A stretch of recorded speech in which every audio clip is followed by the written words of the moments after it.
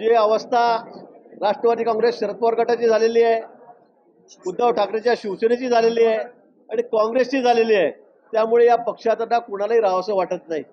कारण इथे नेतृत्वहीन सगळे झालेले आहेत, दिशाहीन आहेत, भरकटलेले पक्ष आहेत आणि त्यामुळे आता सर्वांचं लक्ष भारतीय जनता पक्षाकडे आहे आणि मोदीजींच्या नेतृत्वावर विश्वास ठेवून राज्यामध्ये देवेंद्रजी आहेत, बावनकुळे साहेब आहेत, त्यांच्या नेतृत्वावर विश्वास ठेवून आज सर्वजण भारतीय जनता पक्षामध्ये प्रवेश करता आहेत.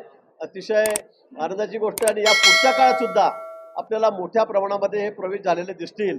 मी परवाही सांगितलं होतं, मोठे नेते अजून काही मोठे नेते की ज्यामुळे महाराष्ट्रामध्ये भूकंपच होईल असे नेते या ठिकाणी भारतीय जनता पक्षामध्ये प्रवेश करणार आहेत.